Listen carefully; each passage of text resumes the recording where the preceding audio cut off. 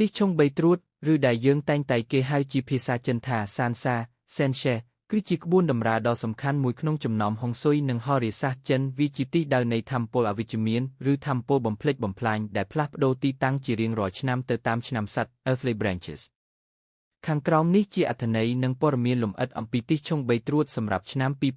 2026ឆ្នាំមីធាតុភ្លើងឆុងជូតធាតុទឹកថាមពលទាំង3នៃសានសាអត្ថន័យពាក្យថាសានសាឬឆុងបីត្រួតគឺសំដៅទៅលើគ្រោះអាក្រក់3បែបដែលមកជុំគ្នាក្នុងទិសដៅតែមួយគ្រោះសាសាស៊ុយឆេនាំមកនូវឧបសគ្គរងស្ទះការយឺតយ៉ាវនិងការខូចខាតដល់ផែនការងារឬអាជីវកម្ម2គ្រោះចម្បាំងជីឆេនាំមកនូវការបាត់បង់លួចប្លន់ឬការខាតបង់ទ្រព្យសម្បត្តិលុយកាក់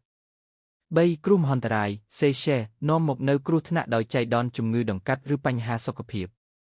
ទីឆុងបីត្រួតសម្រាប់ឆ្នាំ2026ទីឆុងបីត្រួតប្រចាំឆ្នាំ2026គឺទិសខាងជើងឆ្នាំ2026គឺជាឆ្នាំមីសេះដែលជារង្វង់ធាតុភ្លើងតាមក្បួនហុងស៊ុយធាតុភ្លើងនឹងទៅប៉ះទង្គិចឆុងខ្លាំងបំផុតជាមួយនឹងធាតុទឹកទិសខាងជើងដែលមានទិសកូរជូតនិងឆ្លូវដូច្នេះថាមពលអវិជ្ជមានទាំង3ត្រួតនឹងមកផ្ដុំគ្នានៅទិសខាងជើងចាប់ពីដើមឆ្នាំចិន2026រហូតដល់ដើមឆ្នាំ2027ដំណំសំខាន់ដែលត្រូវប្រយ័ត្ននៅទិសខាងជើងប្រសិនបើផ្ទះហាងឬការិយាល័យរបស់អ្នកមានទិសខាងជើងជាចំណុចសំខាន់អ្នកគួរយល់ដឹងពីដំណំទាំងនេះដើម្បីជៀសវាងការដាស់ថាមពលអវិជ្ជមានហាមវាយកំទេចឬជួសជុលធំដុំដាច់ខាតកុំធ្វើការជីកដីវាយជញ្ជាំងហ្វូនខួងឬជួសជុលផ្ទះនៅផ្នែកខាងជើងនៃផ្ទះឬដីឡូតក្នុងឆ្នាំនេះវាអាចបណ្ដាលឲ្យមានគ្រោះថ្នាក់ឬស៊ុយភ្លៀង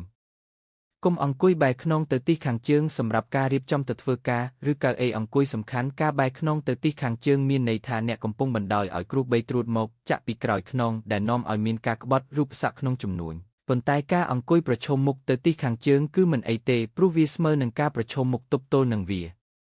រក្សាភាពស្ងប់ស្ងាត់ជៀសវាងការបង្កសំឡេងខ្លាំងឬការផ្លាស់ប្ដូរគ្រឿងសង្ហារិមធំនៅផ្នែកខាងជើងនៃផ្ទះ